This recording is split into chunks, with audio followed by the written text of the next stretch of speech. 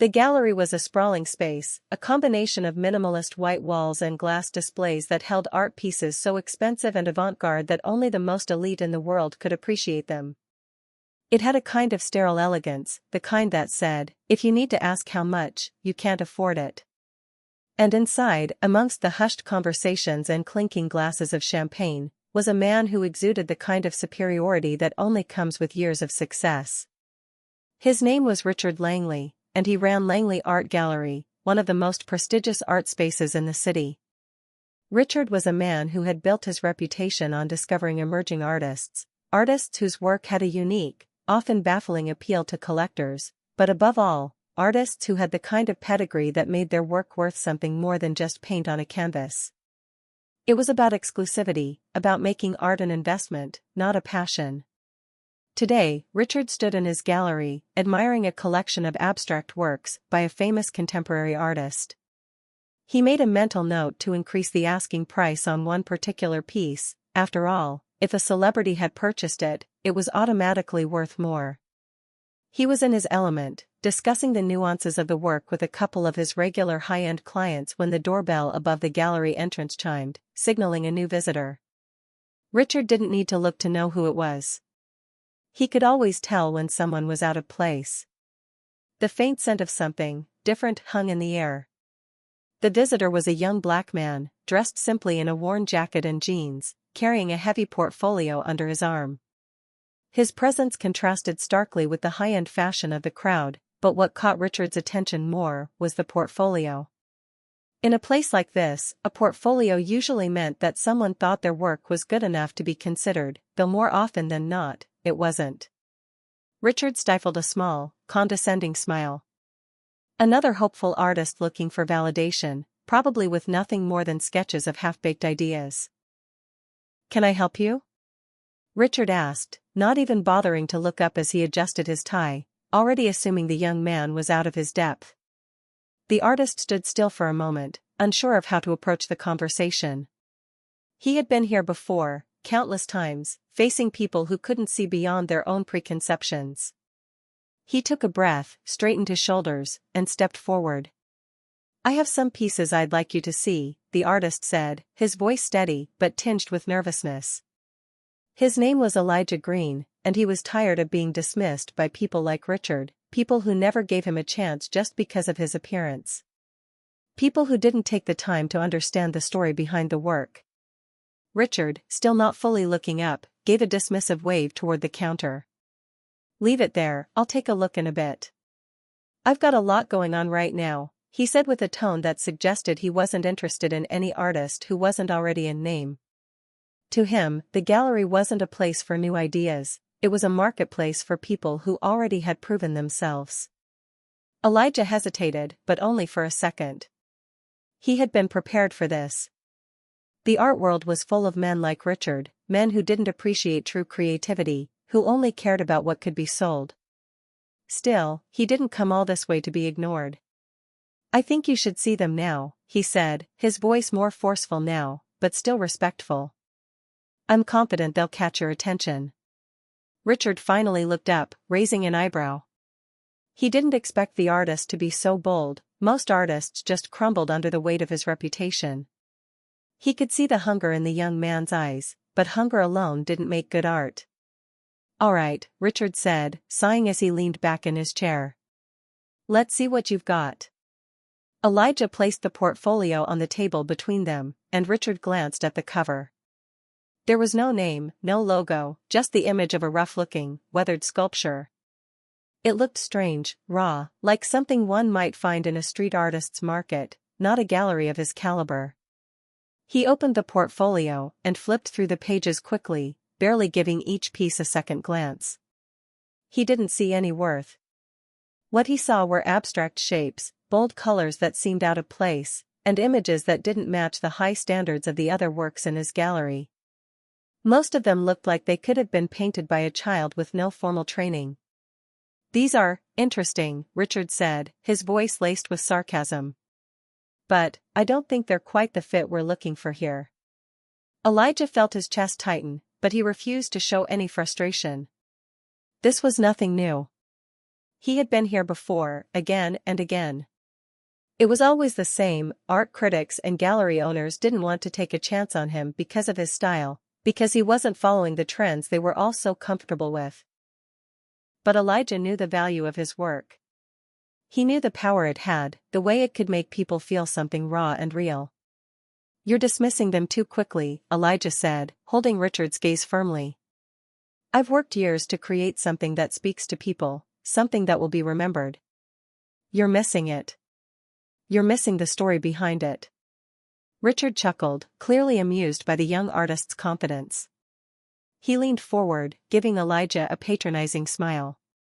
"I'm sure you're talented," he said. "But art, real art, needs more than just heart. It needs refinement. It needs sophistication. What you've got here is nothing more than a fad, a momentary flash of creativity. I've seen hundreds of artists like you come and go. They burn bright for a second, then fade away into obscurity." Elijah stood there, fighting the urge to snap back.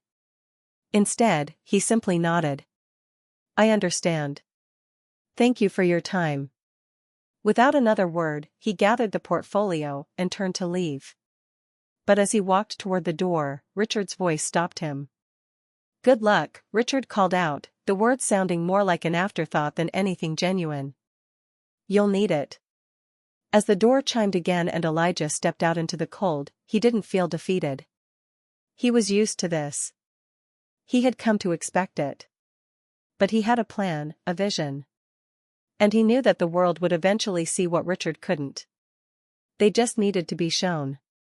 Richard, meanwhile, sat back in his chair, shaking his head slightly, amused by the artist's audacity. He glanced down at the portfolio, now resting on the table in front of him.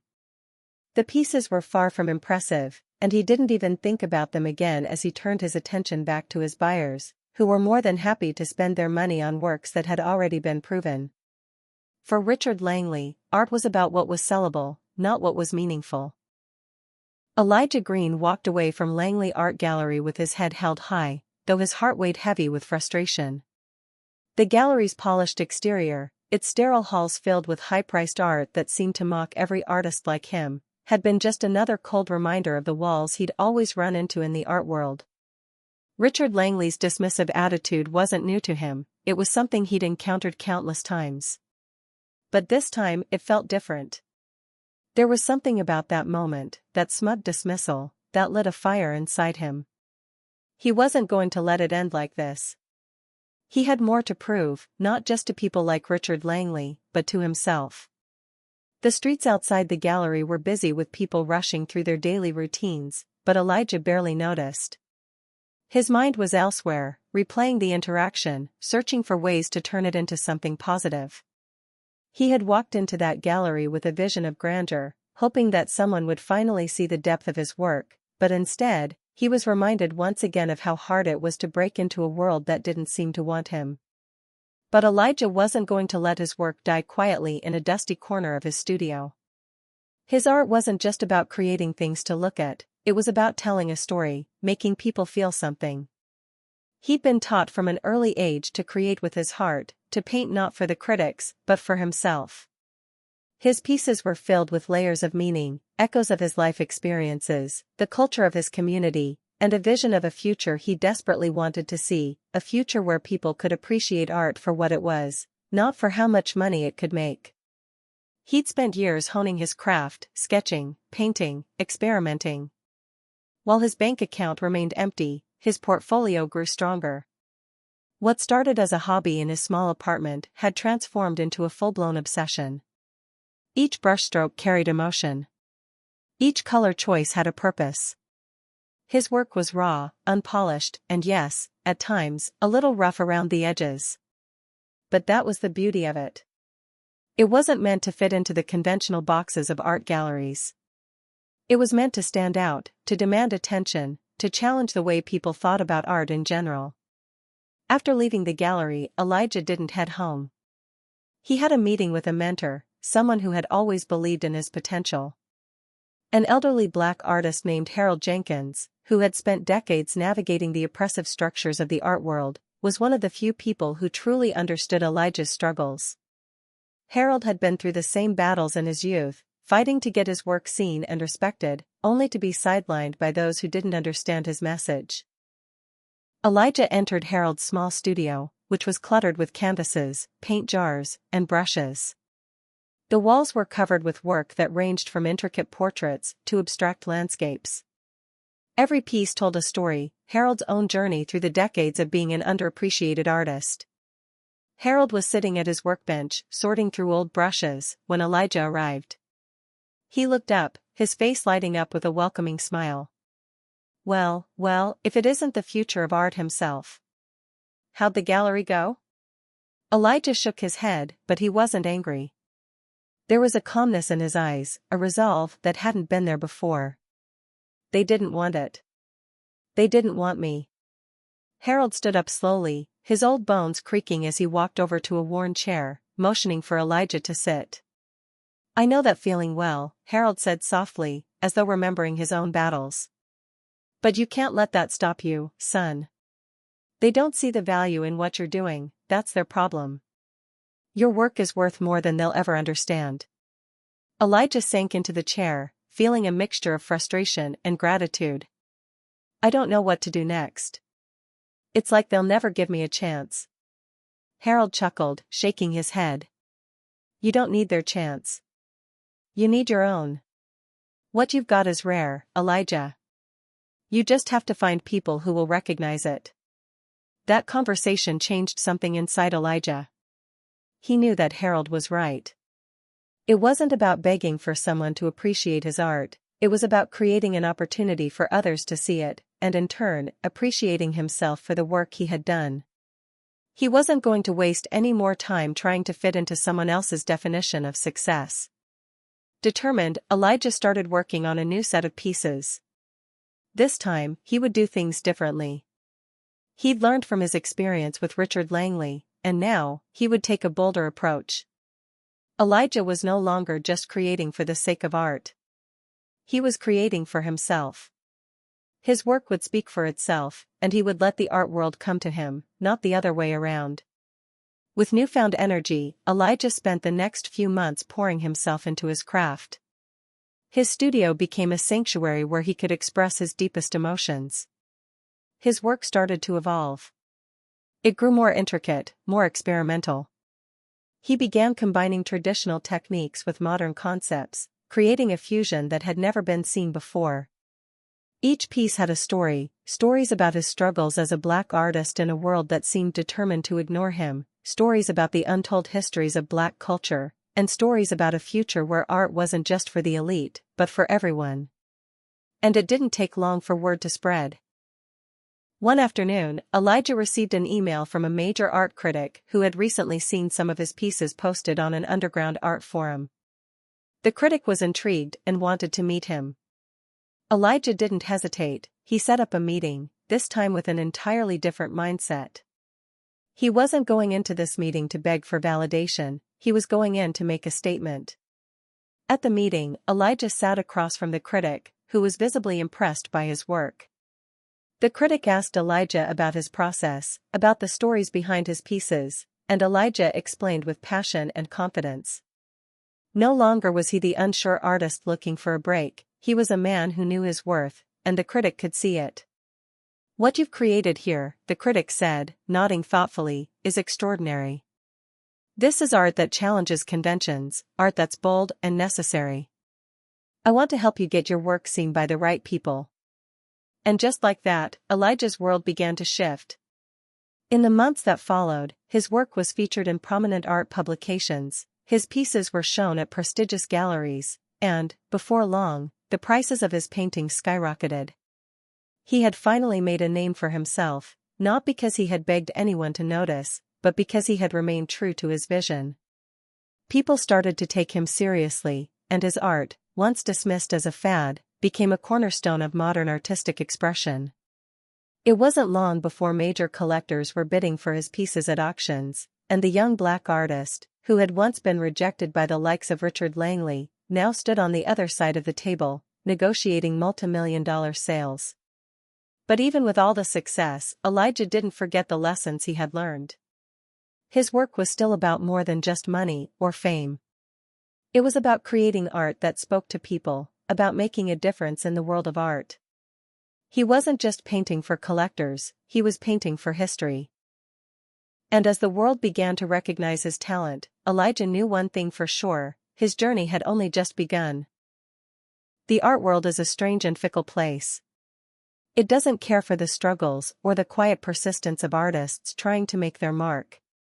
It only cares for the next big thing, the next piece that will fetch an outrageous price at auction or steal the spotlight at a gallery opening.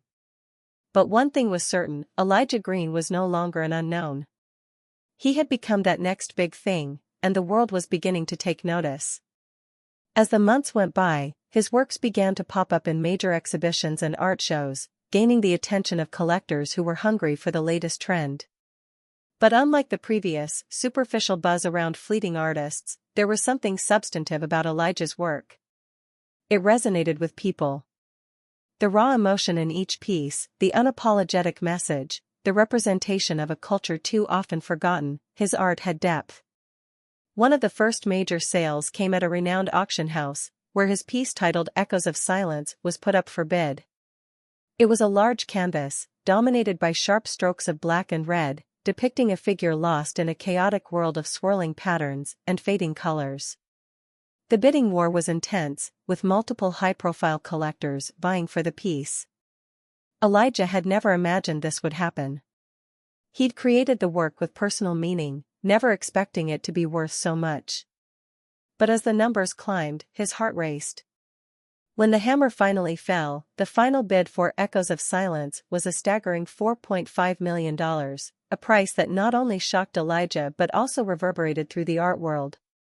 This wasn't just a painting, it was a statement. And people were paying top dollar for that statement. Elijah, who had once struggled to pay rent, now found himself at the center of a whirlwind of art dealers, critics, and collectors. His life had changed overnight. But with the success came new challenges he had never anticipated. The pressure to keep creating at this level was overwhelming, and there were whispers of people who doubted if his next piece could live up to the standards of his breakthrough work. At the same time, the people who had once dismissed him began to take notice. Richard Langley, the gallery owner who had once ridiculed Elijah, was now facing the consequences of his own arrogance. Langley's gallery, once a hub for high-priced contemporary art, was now struggling. The same collectors who had snubbed Elijah's work were now scrambling to find anything of value that could compete with the rising star. Langley's portfolio of artists, most of whom were safe bets, no longer seemed relevant. In the world of art, things moved fast, and Langley had been left behind. Sitting in his spacious office overlooking the city skyline, Richard Langley pored over the latest auction results. His eyes narrowed as he saw the astronomical prices Elijah's works were fetching. How did I miss this? He thought, a mixture of anger and disbelief seething inside him. He had written off Elijah so quickly, dismissing him as just another artist with big ideas, but little substance. But the world had proven him wrong. And now, Elijah Green was the name everyone was talking about.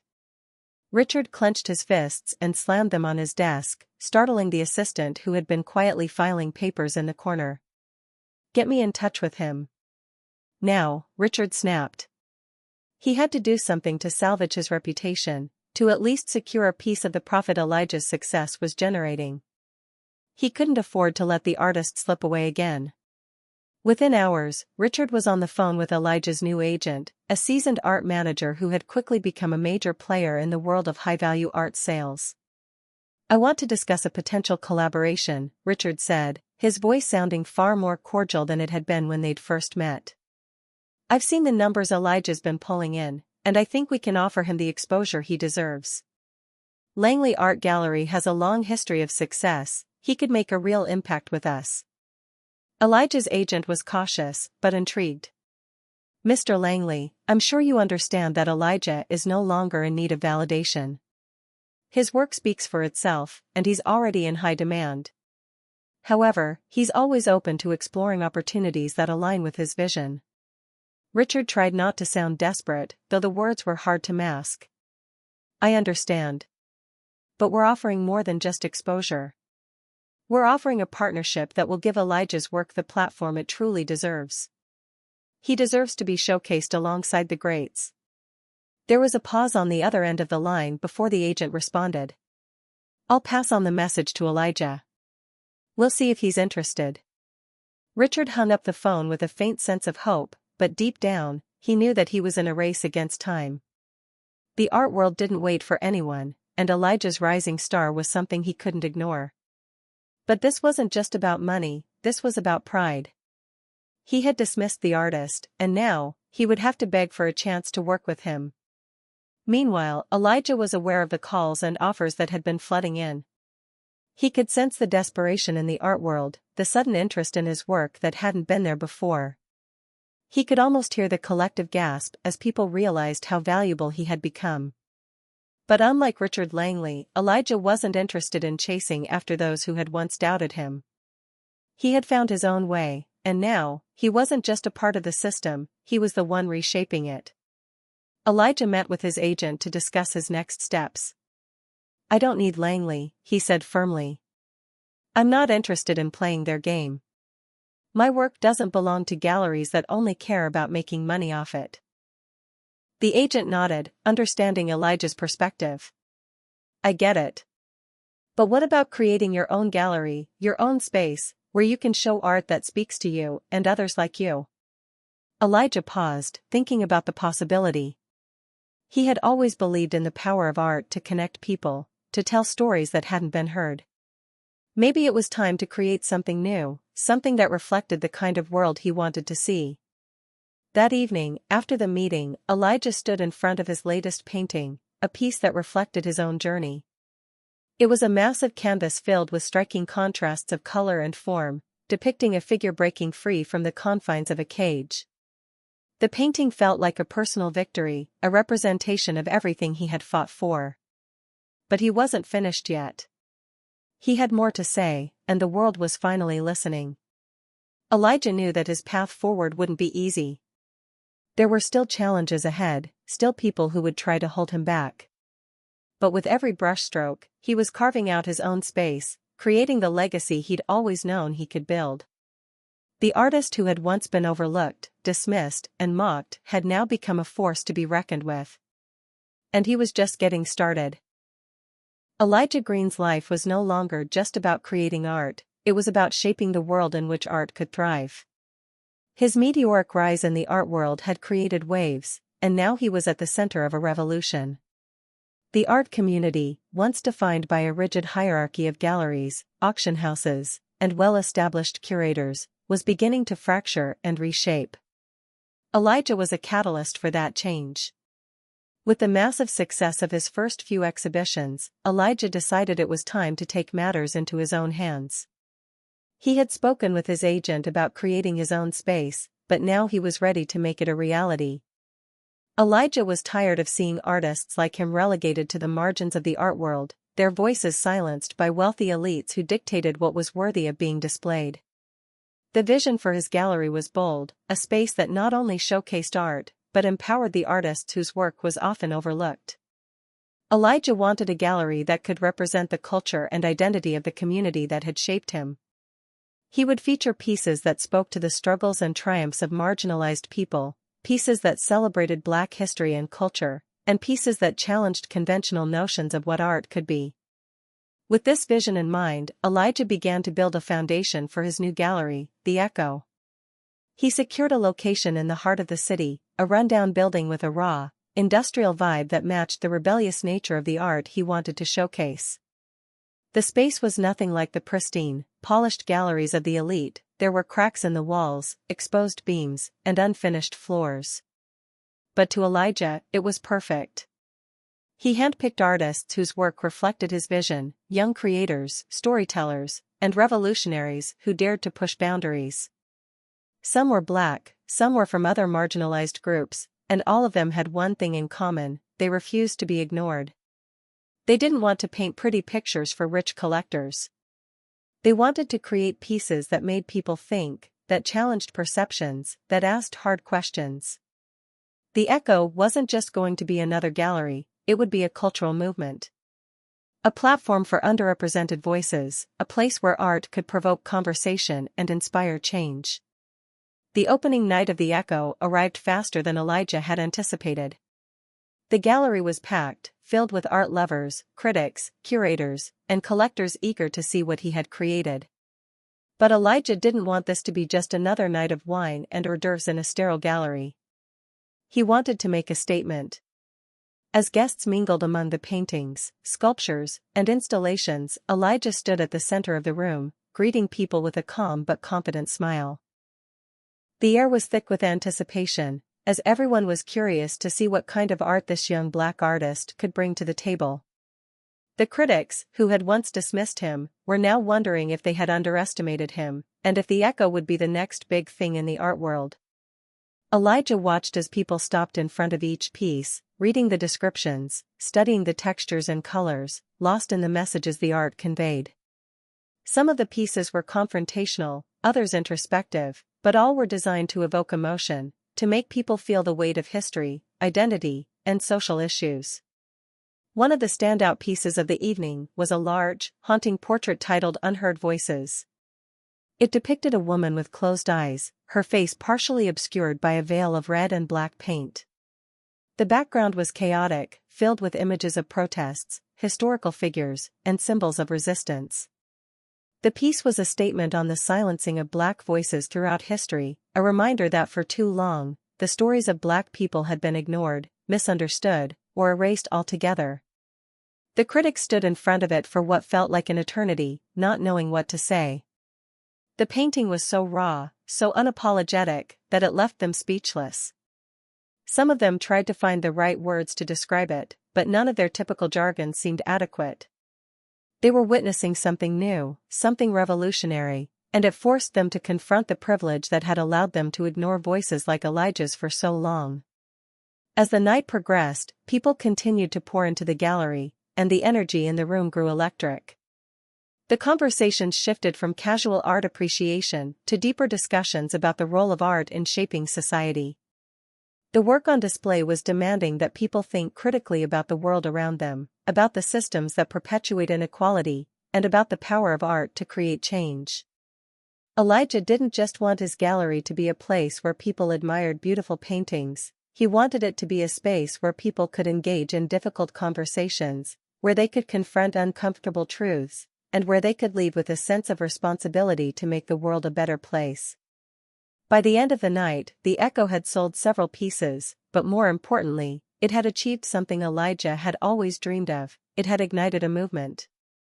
The art world, which had been so firmly entrenched in tradition and exclusivity, was beginning to recognize the power of art to speak to the times, to challenge the status quo, and to give voice to those who had been silenced for far too long. Back in his studio, as he reflected on the success of the gallery's opening, Elijah realized something.